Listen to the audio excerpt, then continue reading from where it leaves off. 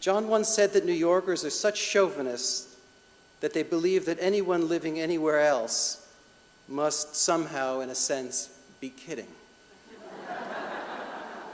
And John was not, in the end, a New Yorker. He left Babylon for north of Boston many decades ago.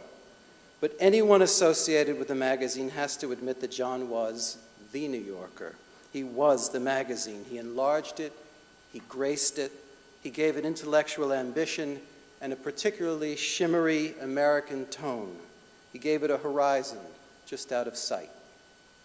He was attentive to everything, to New Yorker style, to punctuation, typography, suggestions about sentences, and points brought up by the fact checkers. In another letter, "It's as if I write these things with mental mittens on, and then we all have to labor at scraping off the fuzzballs." He had a great appetite for and interest in scraping off the fuzzballs, and sometimes the proofs went back and forth several times, especially in the days of computer revisions and FedEx. It's a thorny piece, and I hope transcribing these changes doesn't give you the headache it gave me to fiddle them through. I can't trust my ear at the end. Which is the snappiest punchline? Sorry, feel sorry, or regret? I seem to have been all thumbs in writing this. This is a different letter. Putting in one who's where they weren't needed and leaving out thes where they were. The little Gordian knot at the end I thought could be cut by substituting analogy for equivalent. To a query about putting a comma after the word wine in the sentence, Mrs. Leavis sometimes brushes past that sense of music which makes some texts wine and whose absence leaves the rest watery. He wrote, "Let the reader rush on to the end of the sentence and be reassured wine is not a misprint." He liked it when, on occasion, a piece had to be turned around quickly.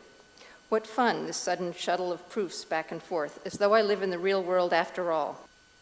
She has a hold, feels a heartbeat on her thumb, and then loses it, and the skin of the water leaps with pale, refracted oblongs that she can't seize the solid of. It is only a moment, but a moment dragged out in a thicker time. Then she has Becky squeezed in her hands, and all is right. She lifts the living thing into air and hugs it against her sopping chest. Water pours off them onto the bathroom tiles. The little weightless body flops against her neck, and a quick look of relief at the baby's face gives a fantastic clotted impression. A contorted memory of how they give artificial respiration pumps Janice's cold, wet arms in frantic, rhythmic hugs.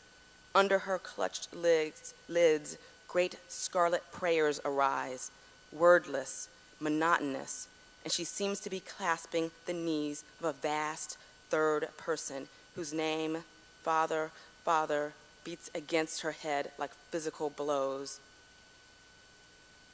Though her wild heart bathes the universe in red, no spark kindles in the space between her arms.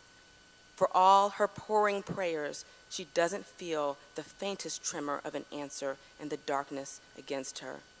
Her sense of the third person with them widens enormously, and she knows, while knocks sound at the door, that the worst thing that has ever happened to any woman in the world has happened to her.